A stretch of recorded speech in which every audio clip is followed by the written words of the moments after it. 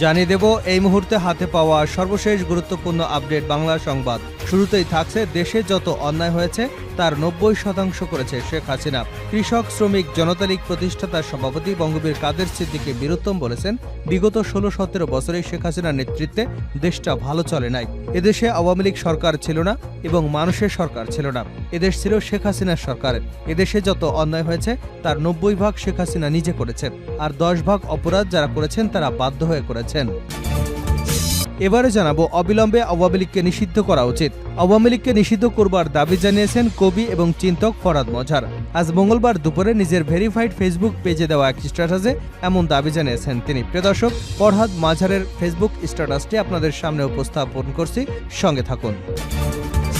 জানাবো প্রধান উপদেষ্টার সঙ্গে সেনাপ্রধানের সাক্ষাৎ। অন্তর্বর্তী সরকারের প্রধান উপদেষ্টা অধ্যাপক ডক্টর মোহাম্মদ ইউনূসের সঙ্গে সৌজন্য সাক্ষাৎ করেছেন সেনাবাহিনীর প্রধান জেনারেল ওয়াকারুজ্জামান। এদিকে শেখ হাসিনা রোশানল থেকে কেউ রেহাই পায়নি রিজভী। শেখ হাসিনা রোশানল গুম খুন থেকে এমপি ওয়ার্ড কাউন্সিলর কেউ রেহাই পায়নি বলে মন্তব্য করেছেন বিএনপির সিনিয়র যুগ্ম মহাসচিব অ্যাডভোকেট রুহুল কবির রিজভী। তিনি বলেন, জনবিচ্ছিন্ন হওয়ায় পাশের দেশ ভারতের গোয়েন্দা সংস্থা রয়ের সহযোগিতায় ক্ষমতায় ছিলেন স্বৈরাচার শেখ হাসিনা। মঙ্গলবার দুপুরে রাজধানী নয়াপল্টনে বিএনপির কেন্দ্রীয় কার্যালয়ের সামনে এক অনুষ্ঠানে প্রধান অতিথির বক্তব্যে রিজভী এসব কথা বলেন। জানিয়ে দেব চলতি মাসে হতে পারে ঘূর্ণিঝড়, রয়েছে বন্যার শঙ্কাও। চলতি অক্টোবর মাসে বঙ্গোপসাগরে 1 থেকে 3টি লঘুচাপ সৃষ্টি হতে পারে, যার একটি ঘূর্ণিঝড়ে রূপ নিতে পারে। এছাড়া সামগ্রিকভাবে দেশে অতিরিক্ত বৃষ্টিপাত হতে পারে, ফলে রয়েছে বন্যার শঙ্কাও। মঙ্গলবার এসব পূর্বাভাস দিয়েছে আবহাওয়া অধিদপ্তরের দীর্ঘমেয়াদী পূর্বাভাস বিষয়ক বিশেষজ্ঞ কমিটি। আজ আবহাওয়া অধিদপ্তরের ঢাকার ঝড় সতর্কীকরণ কেন্দ্রের কমিটি বৈঠক হয়। বৈঠকে উপস্থিত ছিলেন অধিদপ্তরের পরিচালক এবং বিশেষজ্ঞ কমিটির চেয়ারম্যান ডক্টর মোহাম্মদ সাদিকুল আলম। এবং সর্বশেষ জানাবো আন্তর্জাতিক সংবাদ। পুতিন কিসে ভয় পান জানালেন জেলেনস্কি। ভয় এমন একটি জিনিস যা সবাই পেয়ে থাকেন। অসম সাহসী শিকারীরা হয়তো মৃত্যুকে ভয় পান না, তবে অন্ধকারে অশরীরী অস্তিত্বের ভয়ে হয়তো তার আত্মা শুকিয়ে যায়। তেমনি পরাশক্তি রাশিয়ার প্রেসিডেন্ট পুতিনও ভয় পান। সেই চাঞ্চল্যকর তথ্যই জানালেন ইউক্রেনের প্রেসিডেন্ট ভলোদিমির জেলেনস্কি। এতক্ষণ শিরোনাম শুনছিলেন, এবার বিস্তারিত। প্রিয় দর্শক, আপনি যদি এই চ্যানেলে নতুন হয়ে থাকেন, ভিডিওটি দেখতে দেখতে চ্যানেলটি সাবস্ক্রাইব করে আমাদের সঙ্গে থাকুন। আর এই ভিডিও সম্পর্কে আপনি আপনার মূল্যবান মতামতটি কমেন্ট বক্সে জানিয়ে দিন। আর হ্যাঁ প্রিয় দর্শক, জানিয়ে দিন ভিডিওটি কোথা থেকে দেখছেন। এদেশে যত অন্যায় হয়েছে তার 90% করেছে শেখ হাসিনা ও কাদের সিদ্দিকী। কৃষক শ্রমিক জনতা লীগের প্রতিষ্ঠাতা সভাপতি বঙ্গবীর কাদের সিদ্দিকী বীরুত্তম বলেছেন, বিগত 16-17 বছরে শেখ হাসিনার নেতৃত্বে দেশটা ভালো চলে নাই। এদেশ আওয়ামী লীগ সরকারে ছিল না এবং মানুষের সরকার ছিল না, এদেশ ছিল শেখ হাসিনার সরকারের। এদেশে যত অন্যায় হয়েছে তার 90% শেখ হাসিনা নিজে করেছে, আর 10% অপরাধ যারা করেছেন তারা বাধ্য হয়ে করেছেন। এর পরিবর্তন দরকার। এই বিপ্লব যদি ব্যর্থ হয় তাহলে বাংলাদেশের জন্য ভবিষ্যৎ অন্ধকার। সেই জন্য বৈষম্য বিরোধী ছাত্র জনতার আন্দোলনে সফলতা ধরে রাখতে হবে। মঙ্গলবার দুপুরে টাঙ্গাইল শহরের করের বেতকায় নিহত সেনা সদস্য তানজিম সারোয়ার নির্জনের বাসায় তার স্বজনদের সঙ্গে সাক্ষাৎ করে সমবেদনা শেষে সাংবাদিকদের তিনি একথা বলেন। তিনি বলেন, দেশটা কেমন যেন হয়ে গেছে, মানবিক মূল্যবোধ একেবারে ধ্বংস হয়ে গেছে। যে দেশে একজন সেনা কর্মকর্তাকে এভাবে ডাকাত দল হামলা চালিয়ে হত্যা করতে পারে, তাহলে বুঝতে হবে সমাজে আইন কানুন বলতে কিছু নেই। সেনাবাহিনীর পোশাক পরা একজন মানুষের গায়ে দুষ্কৃতকারীরা যখন আঘাত করতে পারে, তাহলে বুঝতে হবে দেশে আইনশৃঙ্খলা বলে অথবা দেশের শাসন ব্যবস্থার প্রতি মানুষের যে শ্রদ্ধা, ভালোবাসা এবং দুষ্ট লোকের যে ভয় থাকে তার কিছুই নেই।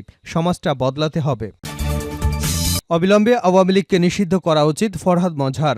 আওয়ামী লীগকে নিষিদ্ধ করবার দাবি জানিয়েছেন কবি এবং চিন্তক ফরহাদ মজহার। আজ মঙ্গলবার দুপুরে নিজের ভেরিফাইড ফেসবুক পেজে দেওয়া এক স্ট্যাটাসে এমন দাবি জানিয়েছেন তিনি। ফরহাদ মজহারের ফেসবুক স্ট্যাটাসটি উপস্থাপন করছি, প্রিয় দর্শক সঙ্গে থাকুন। অনেক রাজনৈতিক দল হিসাবে আওয়ামী লীগের ভবিষ্যৎ নিয়ে কথা বলতে চাইছেন। রাজনৈতিক দল নিষিদ্ধ করবার উদাহরণ বাংলাদেশে রয়েছে। অতএব আওয়ামী লীগকে নিষিদ্ধ করবার পক্ষে বিস্তর যুক্তি দেওয়া সম্ভব। আওয়ামী লীগকে ফ্যাসিস্ট দল হিসেবে অবিলম্বে নিষিদ্ধ করবার পক্ষে বেশ কিছু গুরুত্বপূর্ণ যুক্তি রয়েছে। আইন এবং রাজনীতি উভয় দিক থেকেই সেই সকল যুক্তি আমাদের বিবেচনা করা দরকার। সেক্ষেত্রে ইউরোপে ফ্যাসিস্ট দলগুলোকে নিষিদ্ধ করবার উদাহরণ এবং ইউরোপের অভিজ্ঞতার আলোকে যেমন বিষয়টি আমাদের বিশ্লেষণ করা উচিত, তেমনি স্বাধীনতার পর থেকে আওয়ামী লীগের ভূমিকা আমাদের অবশ্যই কঠোরভাবে বিচার করে দেখতে হবে। তবে মনে রাখা দরকার, আওয়ামী লীগ একাই শুধু ফ্যাসিস্ট নয়। বাংলাদেশের সামাজিক এবং রাজনৈতিক বাস্তবতায় সেকুলার এবং ধর্মীয় নানান ফ্যাসিস্ট প্রবণতা রয়েছে। এদের মোকাবেলা করা খুবই গুরুত্বপূর্ণ কাজ। এই আলোচনা আমাদের অনেক আগেই শুরু করা উচিত ছিল, কিন্তু উপদেষ্টা সরকারের আওয়ামী প্রতি দুর্বলতা গভীর সন্দেহ তৈরি করেছে যে আসলে আওয়ামী লীগ ফ্যাসিস্ট শক্তি টিকিয়ে রাখা এবং পুনর্বাসন করা তাদের প্রধান কাজ হয়ে উঠেছে। ফ্যাসিস্ট সংবিধানের অধীনে ফ্যাসিস্ট প্রেসিডেন্টের কাছে ফ্যাসিস্ট সংবিধান রক্ষা করবার শপথ নেবার মধ্য দিয়েই সেটা পরিষ্কার। তাছাড়া আমরা বরাবরই সবার আগে Nelson Mandela truth and reconciliation কমিশনে এর আদলে জাতীয় বিভেদ মীমাংসা এবং ন্যায় বিচার প্রতিষ্ঠার জন্য অবিলম্বে জাতীয় কমিশন গঠন করবার কথা বলেছিলাম। তার যে কোনো নাম হতে পারে। আমার বিভিন্ন বক্তব্যে আমি বরাবরই সেটা বলেছি, কিন্তু আসল কমিশন বাদ দিয়ে উপদেষ্টা সরকার বিভিন্ন কমিশনের উপর চাপিয়ে দিচ্ছে। এতে দুষ্কৃতকারীরা বিশৃঙ্খলা এবং গণবিরোধী তৎপরতা চালিয়ে যাচ্ছে। এটা মেনে নেওয়া যায় না।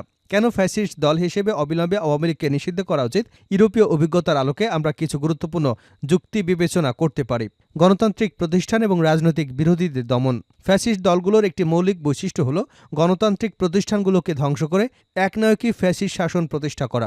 আওয়ামী লীগ সরকারের অধীনে বাংলাদেশের স্বাধীন বিচার ব্যবস্থা, নির্বাচন কমিশন, গণমাধ্যমের উপর দমনমূলক কার্যকলাপ বেড়েছে। নির্বাচনে বিরোধী দলকে অংশ নিতে বাধা দেওয়া, সংবাদ মাধ্যমের স্বাধীনতা হরণ এবং দমন করা এবং বিরোধী দল এবং সমালোচকদের গ্রেপ্তার বা নির্যাতনের মতো পদক্ষেপের কারণে বাংলাদেশে গণতন্ত্রের ভিত্তি মারাত্মকভাবে ক্ষতিগ্রস্ত হয়েছে। দ্বিতীয়ত, রাজনৈতিক সহিংসতা এবং রাষ্ট্রীয় নির্যাতন। আওয়ামী সরকার কর্তৃক বিরোধী দল, বিশেষ করে বিএনপি এবং জামায়াত ইসলামীকে দমন করবার জন্য আইনশৃঙ্খলা বাহিনী এবং দলীয় ক্যাডারদের নিয়মিত ব্যবহার করেছে। এ ধরনের সহিংস এবং নির্যাতন গণতান্ত্রিক রাজনীতির পরিপন্থী এবং ফ্যাসিস্ট শক্তির আধিপত্য ও শাসনের লক্ষণ হিসেবে বিবেচিত। এই ফ্যাসিস্ট শক্তি এখনও কার্যকর এবং জঙ্গলের ক্ষোভ বিক্ষোভের সুযোগ নিয়ে নতুনভাবে হাজির হয়ে জনগণের গণতান্ত্রিক আকাঙ্ক্ষাকে নস্যাৎ করে দিতে পারে। ইতালির মতো দেশে ফ্যাসিস্ট দলগুলো নিষিদ্ধ করবার অন্যতম কারণ ছিল সহিংসতা এবং রাজনৈতিক সন্ত্রাস ছড়ানো। একইভাবে বাংলাদেশে আওয়ামী লীগ সরকারের বিরুদ্ধে রাজনৈতিক সহিংসতা ছড়ানোর অভিযোগ রয়েছে। একে আমরা যেভাবে উপেক্ষা করছি তা বাংলাদেশের জন্য আত্মঘাতী হতে যাচ্ছে। তৃতীয়ত, রাষ্ট্রযন্ত্রের উপর ফ্যাসিস্ট শক্তির একচ্ছত্র নিয়ন্ত্রণ এবং সাংবিধানিকভাবে একজন ব্যক্তির হাতে ক্ষমতা কেন্দ্রীভূত করা। বাংলাদেশের সংবিধান সাংবিধানিকভাবে একনায়কতান্ত্রিক এবং ফ্যাসিস্ট। ক্ষমতাবান সংবিধানের কারণেই ফ্যাসিস্ট হতে বাধ্য। এই সংবিধান বাতিল এবং ছুড়ে ফেলে দিয়ে নতুন গঠনতান্ত্রিক প্রক্রিয়ায় শুরু না করা কোনো বিকল্প নেই। কিন্তু উপদেষ্টারা সেটা করেনি। সংবিধান সংস্কার করবার কোনো সুযোগ নাই। আওয়ামী লীগ ফ্যাসিস্ট রাষ্ট্রযন্ত্রকে দলীয় স্বার্থে ব্যবহার করেছে, বিচার ব্যবস্থা, আইনশৃঙ্খলা বাহিনী এবং প্রশাসনকে নিয়ন্ত্রণ করেছে। চতুর্থত, জাতিগত এবং ধর্মীয় বৈষম্যকে উস্কে দেওয়া। আওয়ামী লীগের কারণে সংখ্যালঘুদের নিরাপত্তার অভাব ঘটেছে এবং মৌলবাদী শক্তির উত্থান ঘটেছে। বিশেষ করে রোহিঙ্গা ইস্যুতে মুসলিম দেশগুলোতে সংখ্যালঘুদের উপর অত্যাচার বা নিপীড়ন যখন ঘটে তখন তা রাষ্ট্রের দায়বদ্ধতার আওতায় আসে। এ ধরনের কার্যক্রম ফ্যাসিস্ট দলের আচরণের সাথে সাদৃশ্যপূর্ণ, কারণ ফ্যাসিস্ট দলগুলো প্রায়ই জাতিগত বা ধর্মীয় বৈষম্য উস্কে দেয়। আন্তর্জাতিক আইন এবং মানবাধিকার লঙ্ঘন। আওয়ামী সরকারের অধীনে বিভিন্ন মানবাধিকার লঙ্ঘনের ঘটনা ঘটেছে, যার মধ্যে রয়েছে গুম, বিচার বহির্ভূত হত্যা এবং রাজনৈতিক বন্দীদের নির্যাতন। এগুলো আন্তর্জাতিক মানবাধিকার আইনের সুস্পষ্ট লঙ্ঘন এবং ফ্যাসিস্ট দল হিসেবে, শক্তি হিসেবে আওয়ামী লীগকে আন্তর্জাতিকভাবে নিন্দিত করেছে। আর এ সকল কারণেই আওয়ামী লীগকে অবিলম্বে নিষিদ্ধ করা দরকার, কিন্তু সেটা চিরকাল নিষিদ্ধ রাখার জন্য নয়। Nelson Mandela truth and reconciliation কমিশনের আদলে জাতীয় বিভেদ মীমাংসা এবং ন্যায় বিচার প্রতিষ্ঠার জন্য অবিলম্বে জাতীয় কমিশন গঠন করবার মধ্য দিয়ে আমাদের সকলকেই একটা রাজনৈতিক প্রতিক্রিয়ার মধ্য দিয়ে যেতে হবে এবং রাষ্ট্রের গোড়ায় চিন্তা ও বিবেকের স্বাধীনতা, ব্যক্তির স্বাধীনতা ও মর্যাদা, মানবাধিকারের গুরুত্ব এবং রাষ্ট্র গঠন সংশ্লিষ্ট অন্যান্য গুরুত্বপূর্ণ বিষয়গুলো আমরা আলাপ আলোচনা করতে পারি। প্রধান উপদেষ্টার সঙ্গে সেনাপ্রধানের সাক্ষাৎ। অন্তর্বর্তী সরকারের প্রধান উপদেষ্টা অধ্যাপক ড. মোহাম্মদ ইউনূসের সাথে সৌজন্য সাক্ষাৎ করেছেন সেনাবাহিনীর প্রধান জেনারেল ওয়াকারুজ্জামান। মঙ্গলবার দুপুরে সরকারি বাসভবন যমুনায় গিয়ে তিনি প্রধান উপদেষ্টার সঙ্গে সাক্ষাৎ করেন। প্রধান উপদেষ্টার প্রেস উইং থেকে এ তথ্য জানানো হয়েছে। বলা হয়েছে, সেনাবাহিনীর প্রধান অধ্যাপক ড. মোহাম্মদ ইউনূসের সঙ্গে তার কার্যালয়ে সৌজন্য সাক্ষাৎ হয়েছে। এর আগে আজ সকালে ড. ইউনূসের সঙ্গে সাক্ষাৎ করেছেন ফিলিস্তিনের রাষ্ট্রদূত ইউসুফ রামাদান। উল্লেখ্য, 22শে সেপ্টেম্বর সেনাবাহিনীর প্রধান জেনারেল ওয়াকারুজ্জামান প্রধান উপদেষ্টা অধ্যাপক মোহাম্মদ ইউনূসের সঙ্গে সাক্ষাৎ করেছিলেন। সম্প্রতি জাতিসংঘের সাধারণ পরিষদের অধিবেশনে যোগদান করেন তিনি। সেখানে বাংলায় ভাষণ দেন প্রধান উপদেষ্টা। অধিবেশনের ফাঁকে মার্কিন সংবাদ মাধ্যম এনপিআরকে সাক্ষাৎকার দিয়েছেন। এনপিআরের সাক্ষাৎকারে ড. ইউনূসের কাছে জানতে চাওয়া হয়েছিল যে সেনাবাহিনী বলেছে অন্তর্বর্তী সরকারের মেয়াদ হবে 18 মাস। অন্যদিকে বিরোধী দলগুলো নভেম্বরে নির্বাচনের দাবি করে আসছে। এমন পরিস্থিতিতে আপনার জন্য 18 মাস সময় পর্যাপ্ত কিনা? এমন প্রশ্নের জবাবে তিনি বলেন, মানুষ এই সংখ্যাগুলোকে ছুঁড়ে ফেলে দিচ্ছে। যত মাস বা বছর প্রয়োজন জনগণ দিতে প্রস্তুত রয়েছে। কেউ কেউ আবার বলছে এটি দ্রুত করা উচিত, কারণ আপনি যদি দীর্ঘ এবং দীর্ঘায়িত করেন তাহলে আপনি অজনপ্রিয় হবেন এবং সবকিছু এলোমেলো হয়ে যাবে। আবার কেউ কেউ বলছেন না, আপনাকে সংস্কার শেষ করতেই হবে। সুতরাং আপনি এই দীর্ঘ সময় ধরে থাকুন, কারণ আমরা সবকিছু ঠিক না করে বাংলাদেশ 2.0-তে যেতে চাই না।